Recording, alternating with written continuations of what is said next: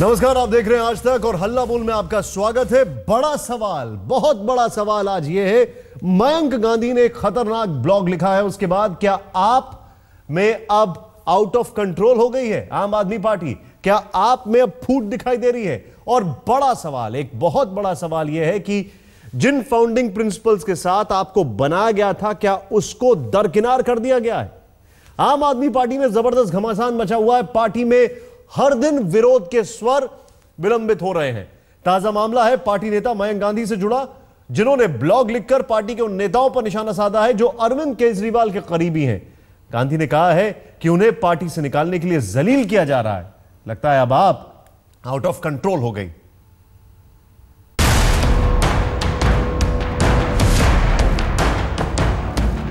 दिल्ली की सत्ता को संभालने के लिए 10 फरवरी को आम आदमी पार्टी को प्रचंड जनादेश मिला, लेकिन महज 1 महीने के अंदर ही पार्टी में ऐसा घमासान मचा जिसकी हलचल पार्टी को अभी भी डामाडोल कर रही है। 4 मार्च को प्रशांत भूषण और योगेंद्र यादव को पार्टी के पीएसी से हटा दिया गया। फिर क्या था? हटाए जाने के तरीके पर तुरंत सवाल उठने लगे और मुमकिन है कि इस उठापटक में जल्द ही एक और किरदार जुड़ जाए। नाम है मयंक गांधी।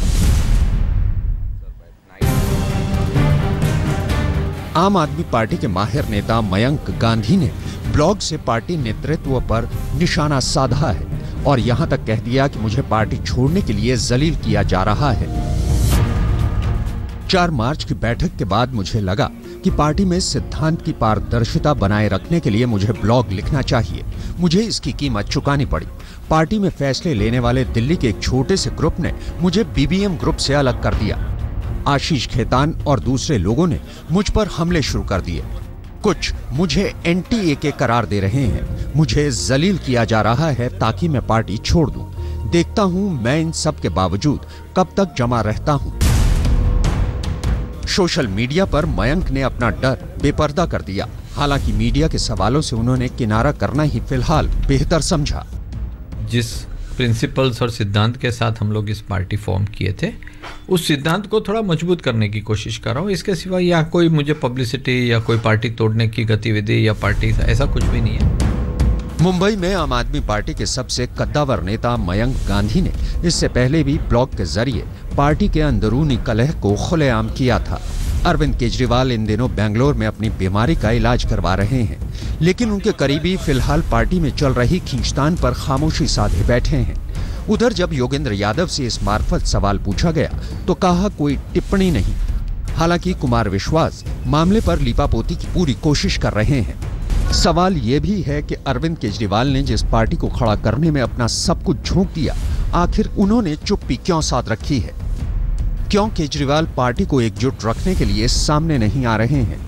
क्यों आपके जिन नेताओं को प्रशांत योगेंद्र को पीएसी से बाहर करने का जिम्मेदार माना जा रहा है, वो मीडिया से बात नहीं कर रहे हैं? दिल्ली से रजत सिंह के साथ आज तक ब्यूरो। हल्ला बोल में हमारे जितने भी दर्शक हैं, खासकर इस देश की वो जनता, इस दिल्ली की राजधानी की वो जनता जिसने इतना अप्रत्याशित बहुमत दिया आपको, वो एक कुछ सवालों के जवाब जानना चाहती है। सवाल नंबर 1, क्या आप में अब फूट हो रही है? सवाल नंबर 2, क्या वो 8 और 11 का जो रेशो था, जो 8 लोग यहां पर योगेंद्र यादव के पक्ष में थे, शांति भूषण के पक्ष में थे, क्या सबको टारगेट किया जाएगा? सवाल नंबर 3, जो कि बहुत महत्वपूर्ण है, क्या आप में जो फाउंडिंग प्रिंसिपल्स थे, ट्रांसपेरेंसी की बात होती थी या बात होती थी हर एक को अपनी आवाज रखने का, वरना ये सब ब्लॉग में आज चीजें नहीं आती, उन सबको क्या दरकिनार कर दिया गया है, कॉम्प्रोमाइज कर दिया गया है? सीधे चलते हैं, हमारे साथ हमारे खास मेहमान है उर्मिलेश जी। सब लोग जानते हैं उर्मिलेश जी को, हमारे साथ सीनियर जर्नलिस्ट हैं, उनका स्वागत है। हमारे साथ शाजिया इल्मी हैं, आम आदमी पार्टी में रह चुकी हैं, कुछ यही आवाजें इन्होंने आवाजें बुलंद की थी। उसके बाद शाजिया का क्या अंजाम हुआ, बाद में वो बीजेपी में आ गई, सब जानते हैं। पिछले चैट में शाजिया ने हमें खुद बताया था कि हालात ऐसे बना दिए गए कि इनको छोड़ना पड़े। और हमारे साथ डॉक्टर अजय कुमार, कांग्रेस के प्रवक्ता हैं। सबसे पहले इस पूरे डिस्कशन की शुरुआत में कर रहा हूं, शाजिया, सवाल जस का तस है, योगेंद्र यादव, शांति भूषण और अब मयंक गांधी। क्या आज की तारीख में यह समझा जाए कि आप में फूट होती जा रही है? और वो जो 8 और 11 का रेशो था, मैं सीधे सीधे पूछ रहा हूं शाजिया आपसे, जो 8 आवाजें थी, जो डेमोक्रेसी का एक प्रोसेस है, जो राष्ट्रीय कार्यकारिणी में 8 आवाजें योगेंद्र यादव और शांति भूषण के साथ थी, क्या सबको टारगेट करके निकाल दिया जाएगा? देखिए, मुझे लगता नहीं आप में फूट है। मुझे लगता है कि पहली बार अरविंद केजरीवाल का असली चेहरा और उनकी असलियत सार्वजनिक हुई है, लोगों के सामने आई है। इसी तरह से पार्टी चलती रही है। प्रशांत भूषण और योगेंद्र यादव की ये शराफत थी कि बावजूद इसके कि बहुत सारे उसूलों को दरकिनार किया जा रहा था, उन्होंने इंतजार किया इलेक्शंस का। आपको याद होगा पिछले लोकसभा इलेक्शंस के दौरान मैंने पूरी मेहनत की और उसके बाद जब इलेक्शंस खत्म हो गए और फिर मैंने छोड़ा, वो भी अरविंद के कहने पर, जब उन्होंने कहा कि आप छोड़िए, आप मीडिया से बात कर रही हैं। मैंने अरविंद से पूछा मैं मीडिया में किससे बात कर रही हूँ, तो उन्होंने मुझे नहीं बताया। मैंने कहा आप नाम तो बताइए, मैंने किससे बात की है। और फिर 2 दिन बाद वो जेल गए, फिर मैंने छोड़ा। और इस तरह से माहौल बना दिया गया था पिछले 5-6 महीने से मेरे साथ कि मुझे छोड़ना पड़ा। आपको दरकिनार किया जाएगा, आपको अंदर नहीं बुलाया जाएगा, आपका फोन नहीं लिया जाएगा, आप अरविंद से मीटिंग के लिए भागते रहेंगे, जबकि ये वही अरविंद है जो आपके साथ काम करते थे। सुबह शाम फोन पे हम लोग साथ रहते थे। मैं आपसे एक चीज जानना चाहता हूं, संक्षेप में मुझे बताइए शाजिया, क्या ये माना जाए आज की तारीख में योगेंद्र यादव, प्रशांत भूषण, अब देखिए मयंक गांधी, क्या ये माना जाए कि आपके अंदर कोई भी आवाज अगर अरविंद केजरीवाल से अलग है, अरविंद केजरीवाल से भिन्न है, या तो उस आवाज को दबा दिया जाएगा या उस व्यक्ति को हटा दिया जाएगा? ये एक परंपरा है वहां पे जो अभी तक निकली नहीं थी, लेकिन अब एक्सपोज होती जा रही है। जी बिल्कुल, ये बिल्कुल ही ऐसा है। और लोग से सोचते थे पहले कि देखिए इलेक्शन का माहौल है और कम से कम ये लोग तो बेहतर है औरों से, तो वो चुप हो जाते थे और किसी की सब चाहते थे पार्टी सक्सीड हो। तो ये लगातार होता रहा है और ये मयंक के साथ भी पहले हुआ है, प्रशांत जी और योगेंद्र जी के साथ भी पहले हुआ है, लेकिन वो सोचते थे छोटी बातें हैं, बड़ी बात यह है कि राजनीति में सुधार हो। अंजलि जी, हमने 3 सवाल यहां पे खड़े किए हैं। आज ये ब्लॉग को पढ़ने के बाद 2-3 चीजें साफ होती हैं। पहला तो उन्होंने ट्रांसपेरेंसी के ऊपर बोला है कि पार्टी के अंदर ट्रांसपेरेंसी नहीं है। उन्होंने कहा है कि वॉलंटियर्स को ट्रांसपेरेंसी की बात की जानी चाहिए। और आज आपका, अभी हमने थोड़ी देर पहले बयान चलाया, तो आपने जो भी बयान दिया उसको प्रीएम्प्ट कर चुके हैं मयंक गांधी। वो कह चुके हैं कि कई लोग ऐसे खड़े हो जाएंगे जो मेरे खिलाफ बोलेंगे मैं एंटी पार्टी हूं, मैं एंटी केजरीवाल हूं। ऐसा कुछ भी नहीं है। आपका रिएक्शन इस ब्लॉग पर, आपका रिएक्शन, क्या आम आदमी पार्टी के अंदर अरविंद से भिन्न कोई भी आवाज सुनी नहीं जाती है? मेरा रिएक्शन सिर्फ यही रहेगा कि मैं मयंक गांधी या किसी और व्यक्ति के खिलाफ कोई कमेंट नहीं करूंगी। मुझे उनके ब्लॉग से कोई लेना देना नहीं। मैं सिर्फ यही कहूंगी कि जो व्यक्ति काम करता है बस उसे काम करने दिया जाए। जो सच्चाई आज वॉलंटियर्स के सामने आने की ज़रूरत है उसे लाया जाए। पर वो सच्चाई ये थी कि अगर योगेंद्र यादव जी को, मयंक गांधी, अगर आप उनके ब्लॉग की बात करें, उन्होंने अपने ब्लॉग, पहले वाले ब्लॉग में यही लिखा था कि इन दोनों को पीएसी से निकालने पे मैं खुद भी सहमत था। तो क्या आज तक जाकर उनसे ये सवाल पूछेगी कि उनको पीएसी से निकालने की क्या वजह थी? और वो भी जो मानते थे कि ये ठीक था, तो ये ठीक निर्णय क्यों था? अंजलि जी, आप ब्लॉग को थोड़ा सा डिस्टॉर्ट कर रही हैं। मैं ब्लॉग कोट करूंगा। अंजलि जी, यहाँ पे ब्लॉग खुला हुआ है, अंग्रेजी में है, मैं उसका हिंदी रूपांतरण भी करूंगा। 1 मिनट रुक जाइए, मैं आपको बता दूं यहाँ पर, प्लीज इसको समझिए आप। उन्होंने ब्लॉग के अंदर इंटरनल ट्रांसपेरेंसी की बात की है। आइसलैंड जैसी कंट्री का, वाले ब्लॉग पे मैं आपको बताती हूं। मैम, ये भी उन्होंने कहा है कि जो राष्ट्रीय कार्यकारिणी की बैठक हुई थी उसके minutes of the meeting public करने चाहिए। उन्होंने ये कहा है कि मुझे बीबीएम ग्रुप से बाहर कर दिया गया है और अगर मैं अपनी आवाज बुलंद करूंगा तो मेरे खिलाफ बहुत सारे लोग होंगे, जिसमें नाम आशीष खेतान का है, जिसमें कई सारे और नाम भी आ रहे हैं सामने, कि ऐसे बहुत सारी चीजें आ जाएंगी। सवाल खड़ा यह होता है कि क्या जो फाउंडिंग प्रिंसिपल्स हैं जिनको लेकर मयंक गांधी ने इस ब्लॉग में सवाल खड़े किए हैं, उनको दरकिनार कर दिया गया है क्योंकि मिनट्स ऑफ द मीटिंग जो थे राष्ट्रीय कार्यकारिणी के वो पब्लिक नहीं हुए। निशान जी, अब इतना वक्त आप मुझे भी देंगे तो मैं कुछ बोल पाऊंगी। उसी ब्लॉग में शुरुआत में लिखा है कि मैं खुद मानता था, जब 26 फरवरी को मैं अरविंद से मिलने गया, मैं खुद ये मानता था कि इन दोनों को पीएसी से हटाकर कुछ और रिस्पॉन्सिबिलिटीज देने की जरूरत है। क्या ये आप वापस ब्लॉग से पढ़ सकते हैं मेरे लिए?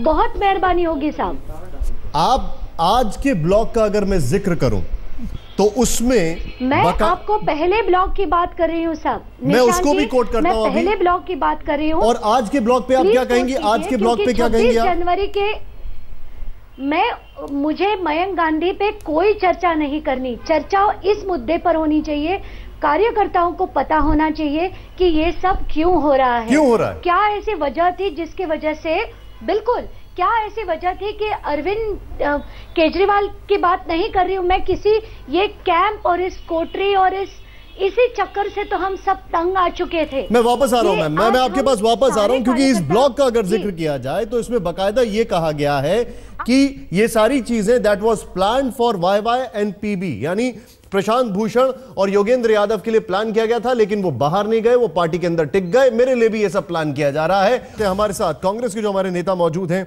उनसे हम बातचीत करते हैं। सर, अभी तक आपने जो कुछ भी सुना, आपका क्विक रिएक्शन इस पर?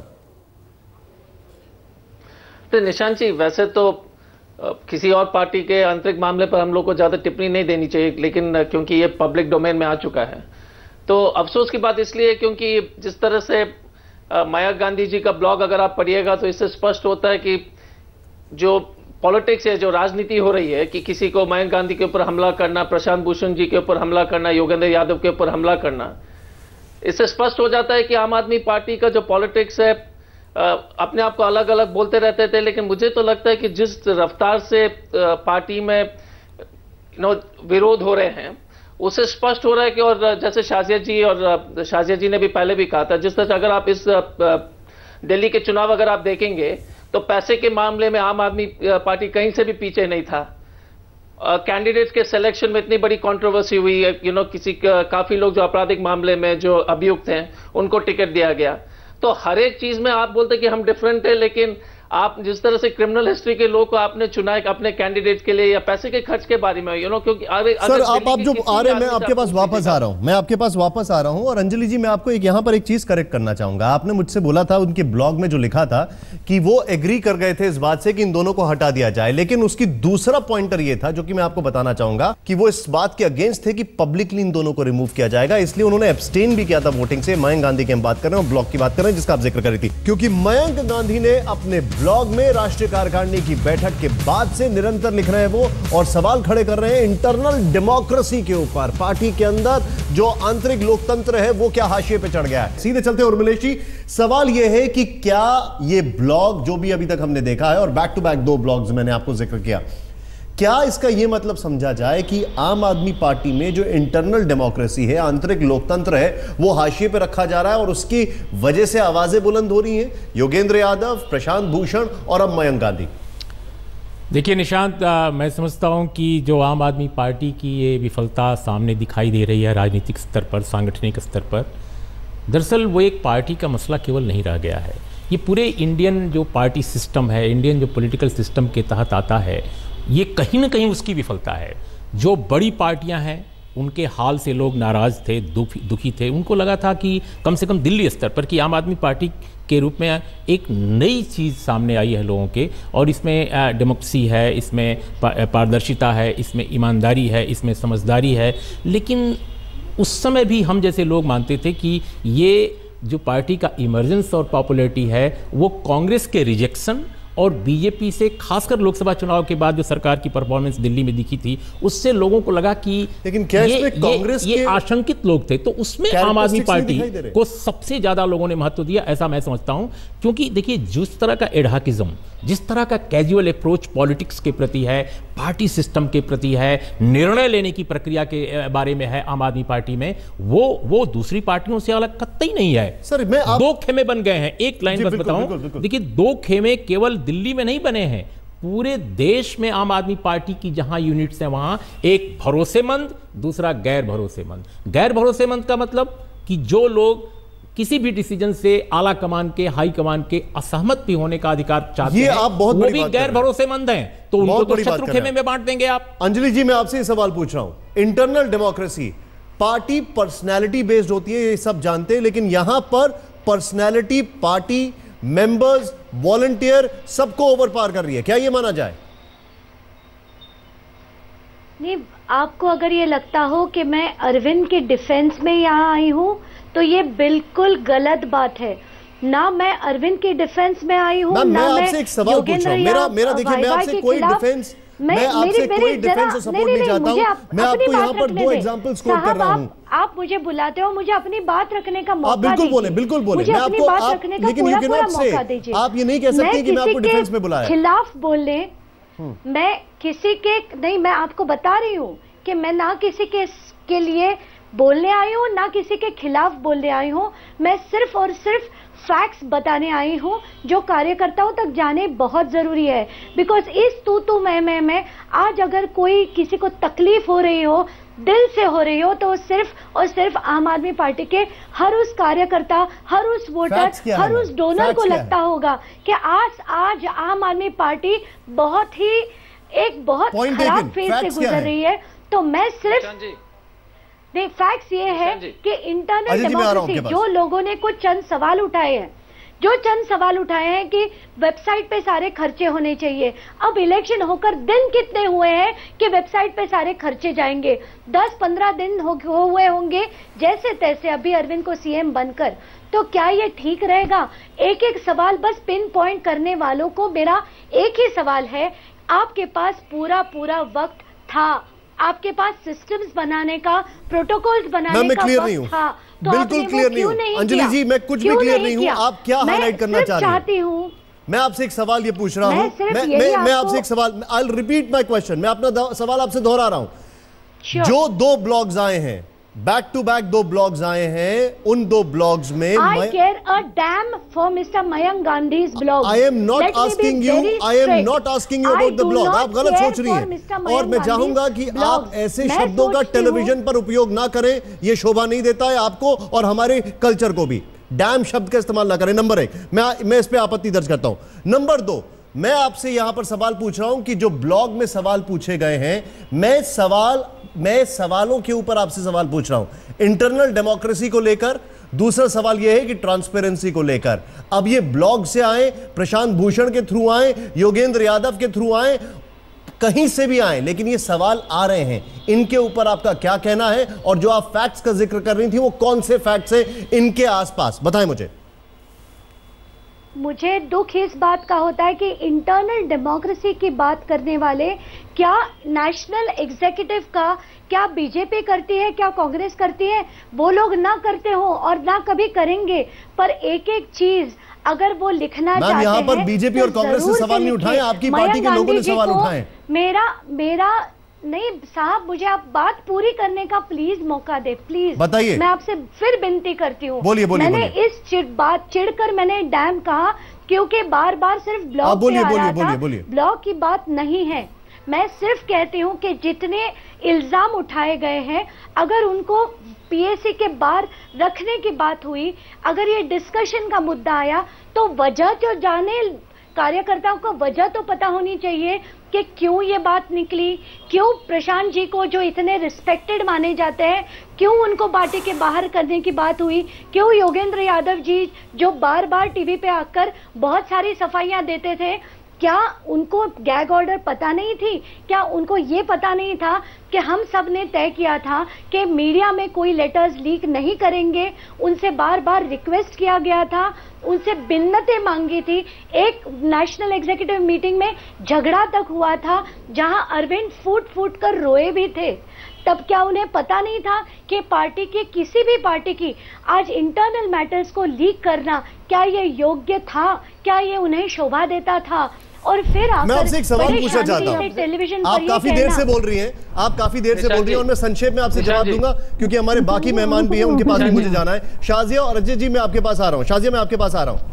मेरा संक्षेप में सवाल है, आपने अभी इस चीज का जिक्र किया कि इंटरनल चीजें बाहर आ रही हैं और ये अच्छा नहीं है पार्टी सिस्टम के। हाँ, लेकिन सर इसमें क्या बुराई है? जानना चाह रहा हूं, अगर आप पब्लिक नहीं कर रहे मिनट्स ऑफ द मीटिंग, तो चीजें ऐसे ही बाहर आएंगी। एग्जैक्टली, आप अपने वॉलंटियर को नहीं बता रहे तो चीजें ऐसे ही बाहर आएंगी। नहीं, ये लोग तो ये कहा करते थे निशांत कि जब इनकी किसी मंत्री के साथ बैठक हो लोकपाल बिल पर, उनके ड्राफ्ट पर, तो उसको पूरे देश को बताया जाना चाहिए क्या डेलिब्रेशंस हो रहे हैं। तो अगर अरविंद केजरीवाल अगर ये चाहते हैं कि महाराष्ट्र में चुनाव न लड़ा जाए, पंजाब में चुनाव न लड़ा जाए, यूपी बिहार में न जाया जाए, गोवा में न जाया जाए, तो ये बात अगर वो चाहते हैं और दूसरा खेमा नहीं चाहता तो ये बातें बाहर क्यों नहीं आनी चाहिए? उर्मिलेश जी बहुत बड़ी बात कह रहे हैं। ये क्या वन वे ट्रैफिक है? शाजिया मैं आपके पास आ रहा हूं। कैसी डेमोक्रेसी है? एब्सोल्युटली, शाजिया के पास मैं आ रहा हूं। क्या ये वन वे ट्रैफिक है कि हमें चुनाव लड़ना चाहिए? नहीं। अजय जी मैं आपके पास आ रहा हूं, बिल्कुल आ रहा हूं।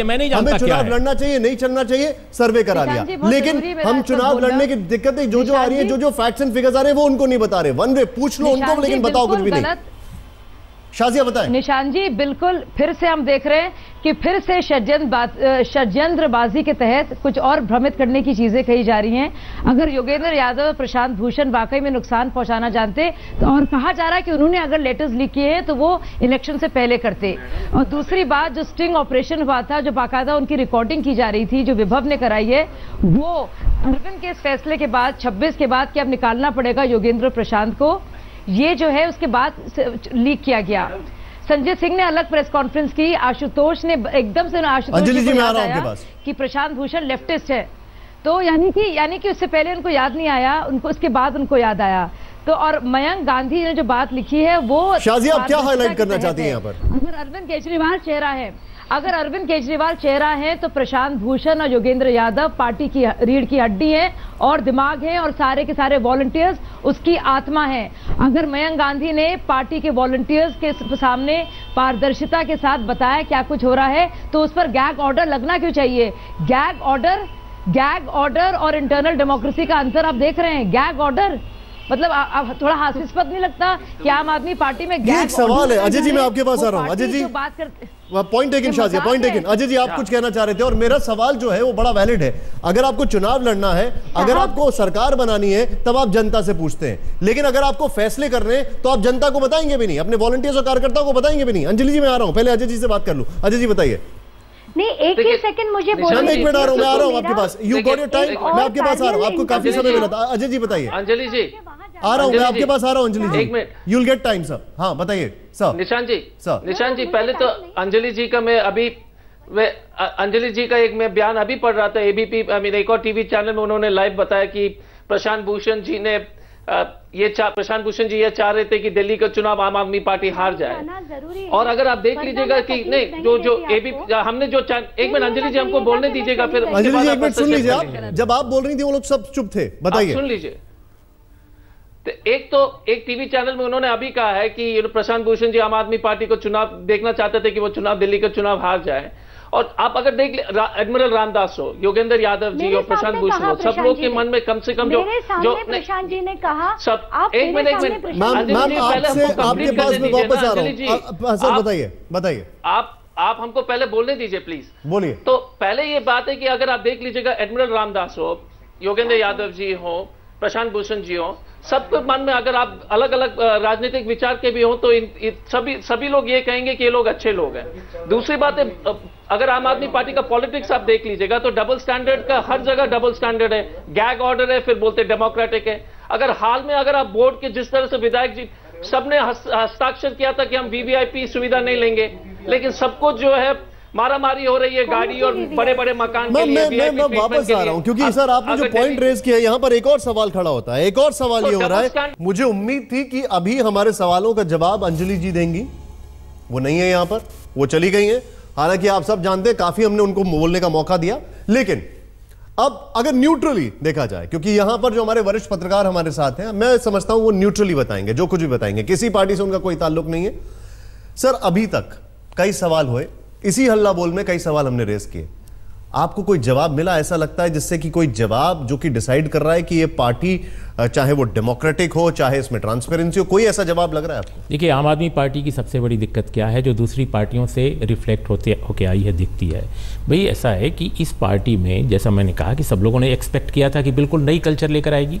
मैं दावे के साथ कहता हूँ निशांत, मेरा किसी से कोई प्रेम या अतिरिक्त वो अलगाव नहीं है कि क्या एक सवाल आज नहीं पूछा जाना चाहिए कि अरविंद केजरीवाल की जगह अगर प्रशांत भूषण या योगेंद्र यादव ही इस पार्टी के आला कमान होते, हाई कमान होते, तो क्या ये पार्टी डिफरेंट होती, चेहरे डिफरेंट होते, जो भरोसेमंद गुट है उसके जो किरदार हैं वो डिफरेंट होते, लेकिन पार्टी कतई डिफरेंट नहीं होती, मुझे अब ये लगने लगा है। क्योंकि इस पार्टी की बुनियाद में समस्याएं हैं। वो समस्याएं क्या हैं कि पार्टी जिस संरचना से बनी है, जिस तरह के लोगों से बनी है, उनमें कहीं ना कहीं कोहेरेंस नहीं है। उनको मालूम नहीं है कि डेमोक्रेटाइजेशन या लोकतांत्रिकरण किसी पार्टी में कैसे होना चाहिए, क्या होना चाहिए। जैसे एक बात बहुत महत्वपूर्ण निकल कर आई प्रशांत भूषण की बातचीत से, जो मैंने इंटरव्यू देखा उनका, वो कहते हैं कि केजरीवाल साहब की दिक्कत यही है कि बहुत अच्छे आदमी हैं, लेकिन वो जो बात कहते हैं वो मानते हैं कि उससे ही लागू किया जाना चाहिए, दूसरी